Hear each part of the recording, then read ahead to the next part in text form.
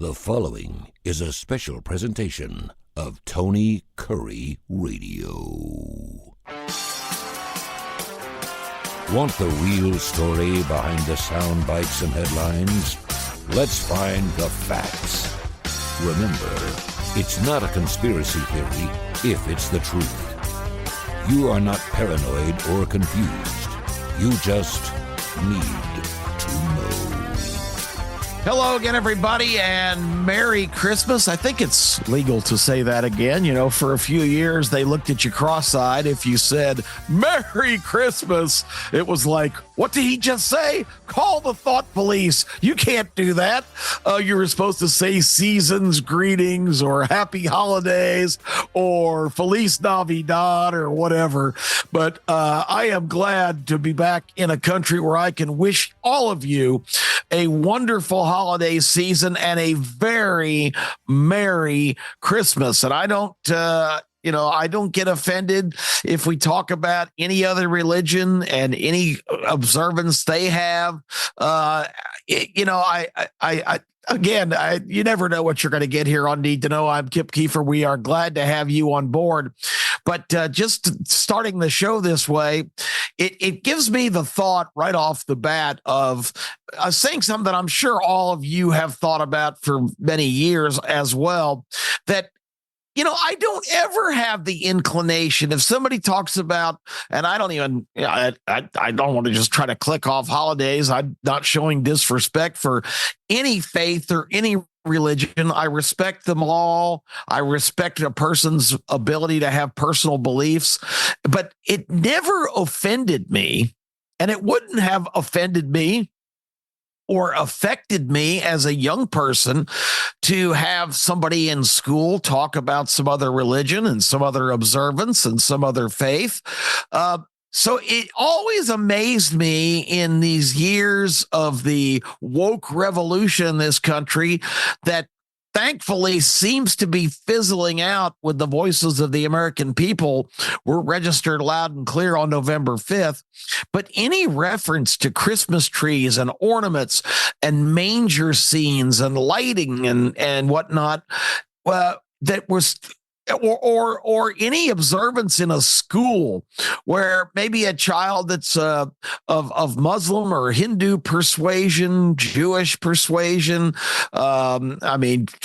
take your pick, how that was offensive to an individual, that the predominant observance in this holiday season was for Christmas, never really registered with me, because I never had the slightest inclination of ever being offended by anyone's religious observance. So I never understood that whole stigma, but now it looks like we're finally getting back. And the first indicator was when Target back in like July 4th put out their Christmas decorations. And that's how geeked up and geared up these retailers get for this time of the year. They start to roll out the red carpet for holiday shopping in July or August. But when Target came out with a bunch of displays this year that said Merry Christmas, it was like, oh boy, we've turned the corner. One of our largest retailers is actually acknowledging again, after 7 or 8 years on the dark side, that Christmas is a major holiday in this particular country. The birth of Jesus Christ, the whole concept of Christmas, Christ Mass, is back in the spotlight, and it should never have gone away. It was just another example of just how whacked out and crazy we had gotten in this country of worrying about offending somebody. How do you offend somebody by observing and celebrating your religion and wishing complete strangers on the street tidings of great joy and celebration. It's insane. So again, as I tend to do on the Need to Know podcast here on TKR, I start off in a direction that I had no clue that I was going to go, because what I do want to talk about today is something I saw overnight on the news. You know, I'm kind of I'm just one of these people that goes to sleep, but I don't like just total darkness and dead silence. I know that's what you're supposed to do. I understand that that's best for your rhythmic sleeping and your effectiveness to sleep. But I'm just at a point where I like to have some other noise going on, some other ambient sound. I know some people have water, crashing the waves, or birds singing or whatever on these devices. I know people that take these portable deals to have kind of natural sounds. I don't really dig that, because I find myself kind of I don't know. I don't get into the flow of that. There'll be like a soothing sound, and then something completely different will pop up, and it gets my attention. I really, to be honest, haven't really tried those things, but I like to have information. And if there's something big going on in sports or news, I pick a channel and keep my television on in my room when I'm falling asleep. I don't watch it. I just kind of listen to it. And I don't have the volume up very high, but I always just kind of like to have that, because if something big happens overnight, I like to roll over and be aware of, what's going on. So a lot of people think that's insane. I've had women who've actually wanted to break up with me because I don't like darkness and silence. That's just not my thing. So I did hear an item overnight, and I didn't know this event was even going on. I had a plan to go a different direction today, but I want to talk about this because last night in Washington, they had the DNC, the Democrat National Committee's Christmas party, which I bet that was just a uproarious affair. I've always made the joke about, if somebody gives me an all expense paid trip to go on an all leftist cruise, I'm going to have to respectively tell them to pass that on to somebody else, because I can't imagine being around such miserable people for an extended period on the high seas. So last night, the big Christmas party was going on, and they had America's most glorious speaker. There has been a sighting of one Joe Biden, who ever since November 5th election is still the president in name. But Joe's not doing much these days other than trying to come up with ways to agitate not only everybody else in America that didn't vote for his stand-in Kamala Harris, but also he's doing things that are aggravating even his own party. Like, after saying repeatedly that he would not even consider pardoning his son Hunter, we all knew that was BS. He was going to do that no matter what, and people acted surprised because he said he wouldn't do it. Well, I wasn't surprised. I knew he would do it. I'm a dad. If I was in that position, I'm sure I would have done it. I don't want my child in prison, whether it's deserved or not, unless they did something really hideous. But even then, as a father, you're going to look for all the good you can in your child. So I didn't think that was that shocking.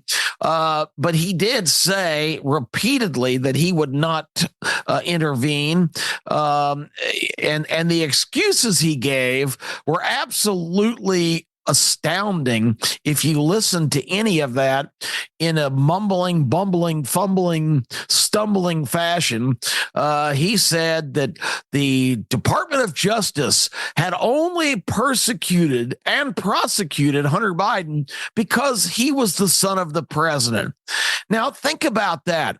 This is a Department of Justice who threw everything but the kitchen sink at Donald Trump because he was their political enemy. They charged him with some of the most nonsensical things of all time and didn't charge others that were guilty of other crimes, that they slammed him with 50 or 60 different charges on various indictments. The Department of Justice was totally weaponized against Donald Trump. So why in the world, why in the hell was the guy at the head of this, although, as we know, he wasn't directing any of it? Because if you've listened to this program, we told you early on that Joe Biden was not in charge of, and pardon my French here, jack shit.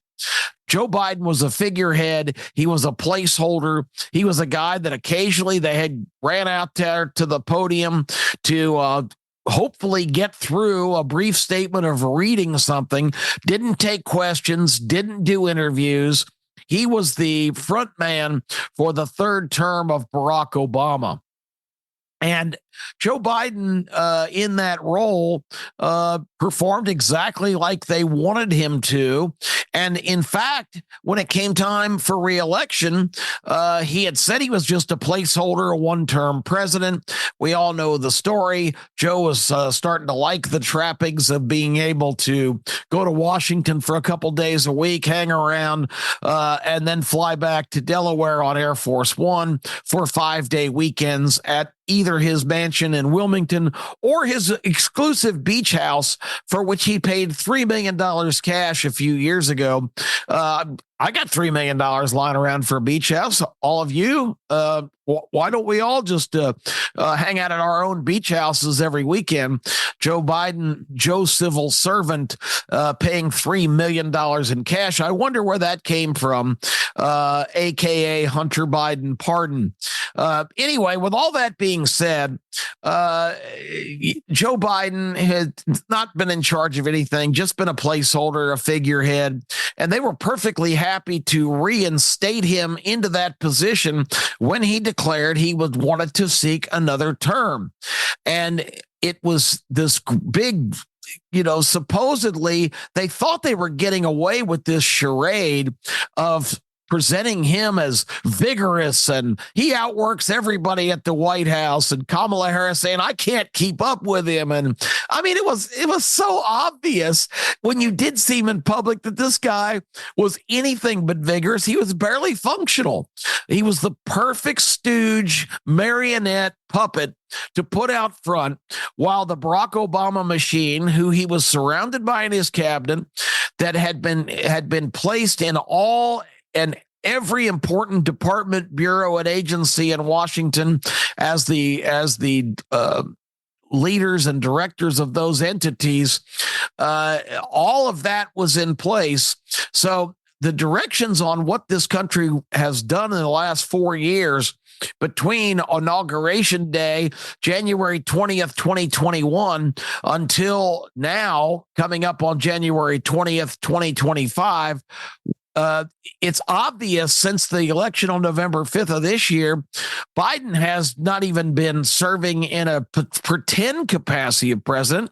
He's barely even been seen, except for popping up for these pardons, which is something that is within his purview. And because he was motivated by his son, this week he even topped that by excusing 1,500 people in one day from various charges, most based on a loose criteria of, quote, nonviolent offenders being released from jail. But the controversial one was a judge from Pennsylvania back in 2011, who was arrested and convicted, I think in 2013, of one of the most just disgusting scandals ever, where he is taking minor offenders, young people mostly, for different things like public drunkenness or possession of drugs, charges that some of them were even minors. And he had supported a case that led to the elimination of one of the county detention situations where his jurisdiction was, because his son and some other people that he was involved with had opened a private detention situation, jail, prison, whatever you want to call it, a rehabilitative sort of, that was the excuse, that they were using new techniques. And this guy started taking all the people that were in the county program and sentencing them to do time in this private institution that by all reports was just a hell on earth kind of experience. Militaristic and abusive, and there've been tons of different stories come out of kids coming out of that program and young adults, and they were all messed up, went back into crime, got messed up on drugs. There was one lady's son that committed suicide because he was so mentally traumatized by that experience. But in the meantime, this judge, for every single person he sent to this private detention center, was cashing in big time. And they had the records to show that in the couple of years that this scam was going on, and he was sending human beings to be subject to this ridiculous treatment, he profited by over $2 million. Guess what? Joe Biden let him out of prison this week. Do you think that incensed some people? It's really abusive. Pardons have always been part of the president's abilities in his office. And in this case, Biden has taken it to a level of absolute absurdity, because you look at cases where decisions were too harsh, and there was, I remember Donald Trump pardoned a lady that actually got implicated. Her sons were running a big drug operation out of her house, and she became kind of, at first, an unwitting participant, but then kind of settled into that. She was an elderly black lady that, seemed like church going, salt of the earth. And she ended up getting sentenced to like 25 years for being a drug kingpin, when, again, she never claimed to be innocent, but she certainly wasn't the brains of the operation. She basically let it operate out of her home. Trump was brought up to date of what wonderful work she was doing in prison with other incarcerated ladies that have gone the wrong direction. And, that's the kind of person that, after her serving 6 or 7, 8, I don't know how long it was, but it was a real high profile case. And there were others too, where unlikely people came and appealed to Trump to try and get people out. Kim Kardashian famously came and pitched for another person that was jailed harshly. Anyway, that's what a pardon is meant to do. It is not a blanket, okay, we're going to excuse everybody from this period of time that are in for nonviolent offenses, because it's not cookie cutter. It's not the same thing. Every case is different. Every circumstance is different. So Joe Biden has been only active in that sense. But I want to get to the point here. Last night, in his remarks that I heard as I was half asleep, Joe Biden started off his bumbling, stumbling, bumbling, fumbling remarks in front of the DNC Christmas gathering, which, again, I just can't imagine a more joyous occasion after the ass whooping they took back in November, where the American people repudiated and rejected all of these policies that they have worked night and day painstakingly to try and put in place for all these years. Biden declared, well, the mark of any successful endeavor is to leave a place better than you found it. And as president, that's what we've done. For what we inherited, look what we're leaving behind. Joe, are you kidding me? What you're leaving behind is scorched earth. You're leaving behind a country that you have put further in economic distress and danger that we couldn't even conceive of by passing these trillion-dollar programs that basically just pass money out to all your cronies and supporters for all these ridiculous things that you instituted in your presidency and put us in much more economic distress, drove inflation to the highest level it's been in more than a century, made everybody's trip to the grocery store, the gas station, any online purchase, prices are sky high. People can't afford to live. They got to make decisions between prescriptions and food, leisure time, vacations, forget it. So many people in this country are struggling because just the cost of living has become so exorbitant, and you can make all the excuses you want. You can say the economy is thriving, that business is increasing, that jobs have increased, although that's been proven to be false because those reports were being manipulated to show huge job growth when there really wasn't very much at all. And the only sector that was really gaining steam in terms of jobs in this country was in the worst place possible, government, because so much of the ridiculous spending and the terrible debt problems we have are traced right back to the federal government, which is the greatest growth industry in the history of the world. It is the big bang boom business that is just going gangbusters right now.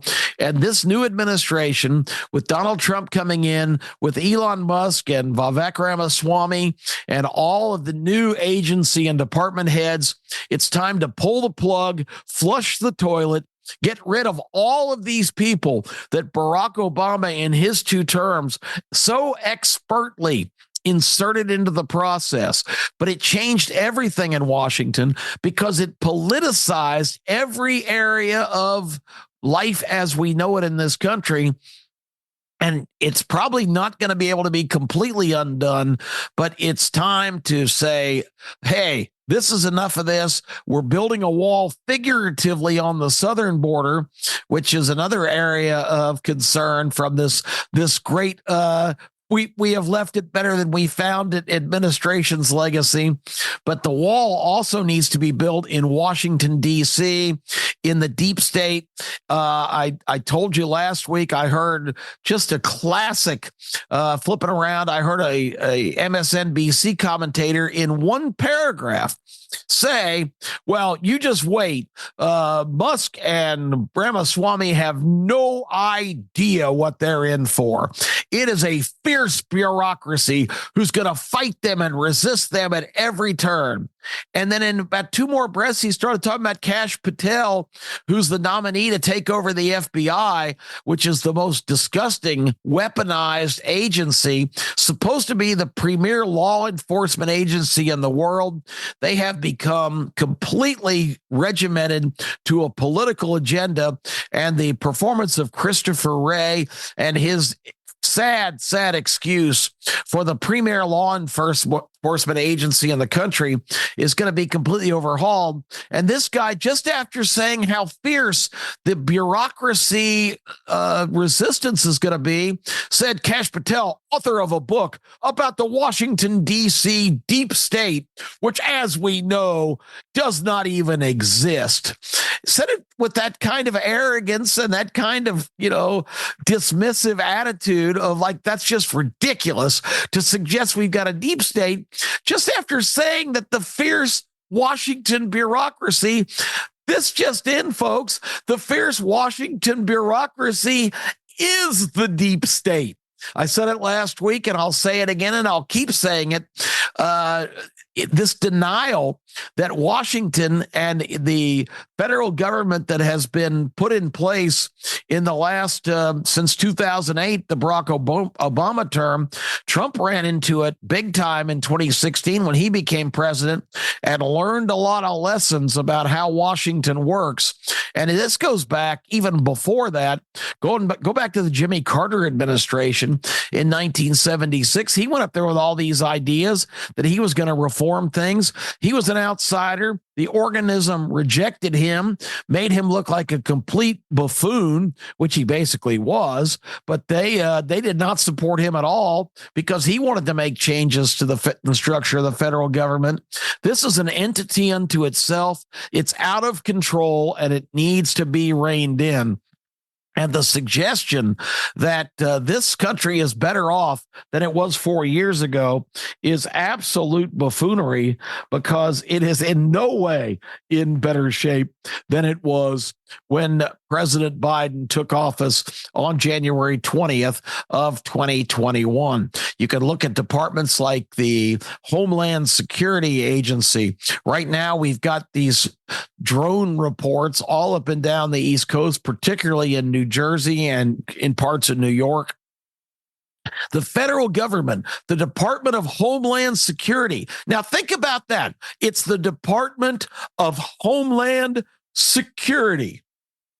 Mayorkas said yesterday in a statement, we don't know who's responsible for these drones. And at this stage, we're not even that concerned about it because this is, get ready for it, a local law enforcement issue. Really?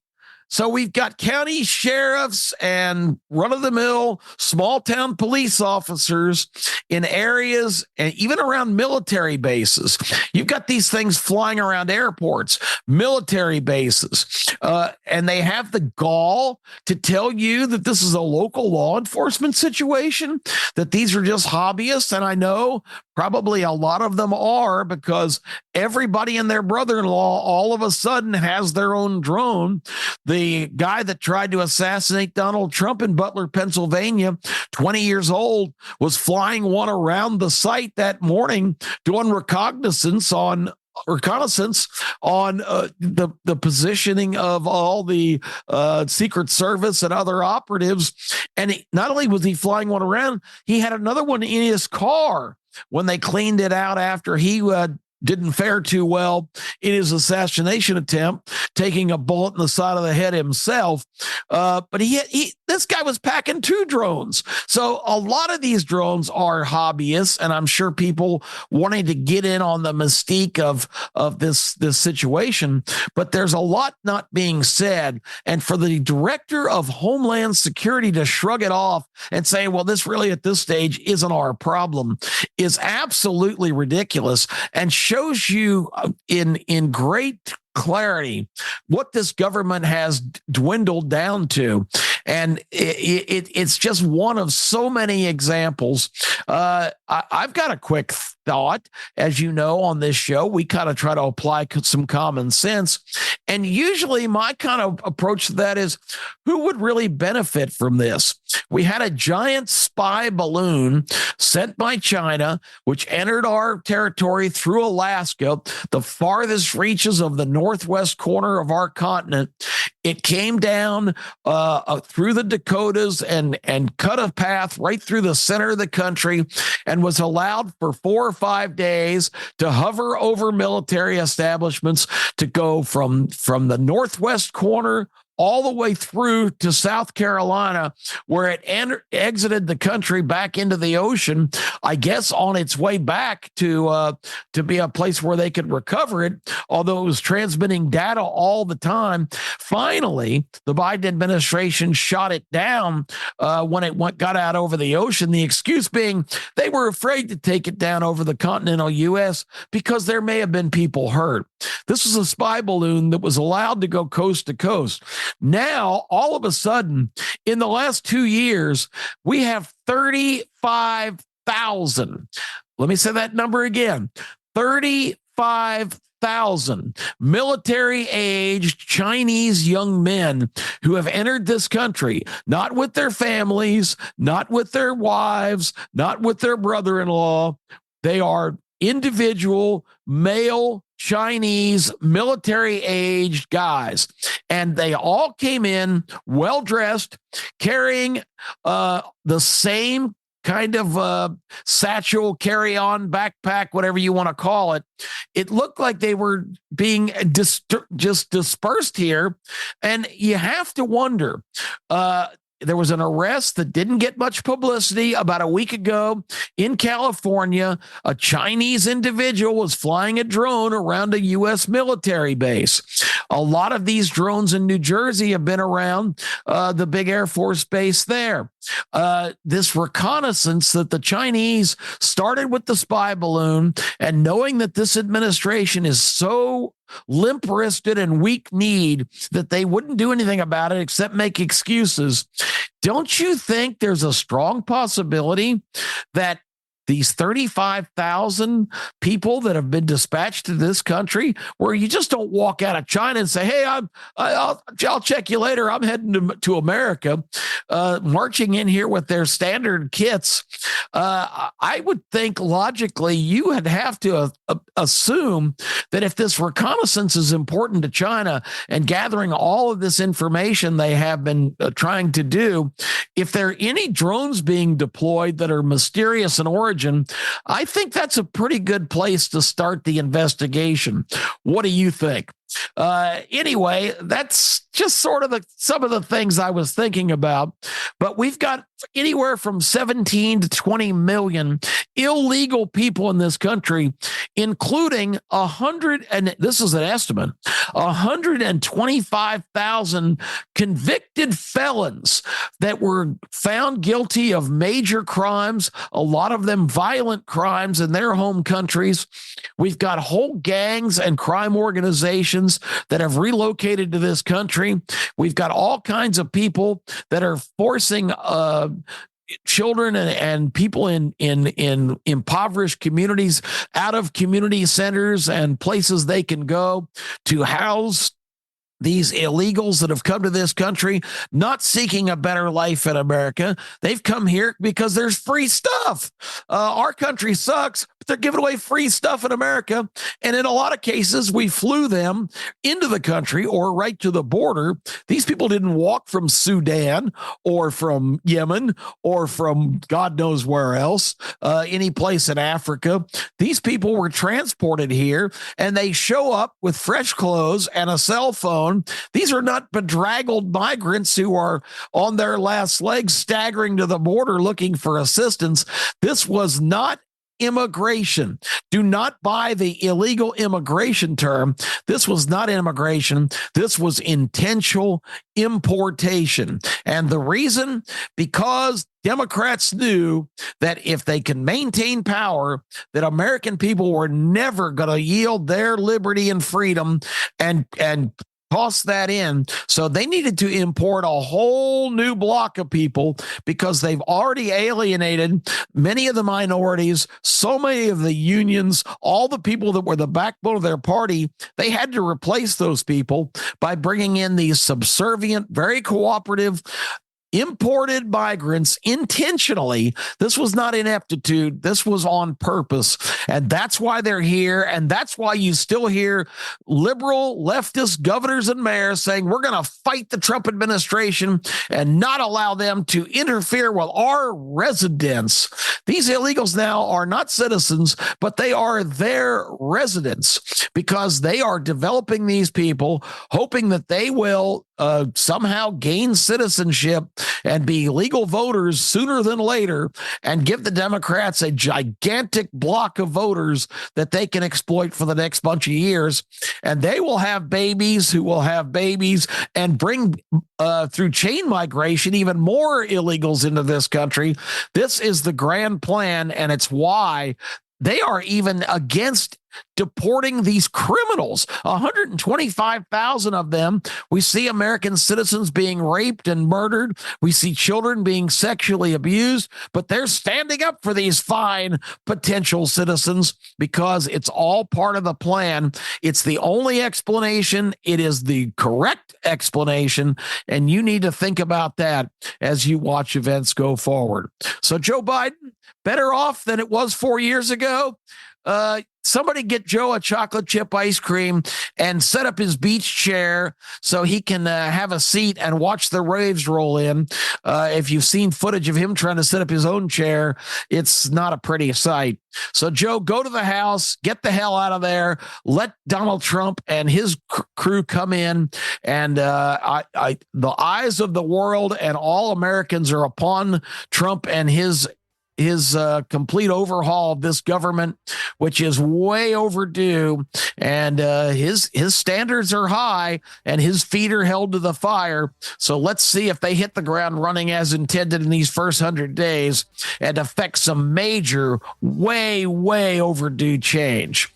That's the Need to Know show for this week. We always appreciate all of you. Once again, it gives me great joy to wish you all a very Merry Christmas.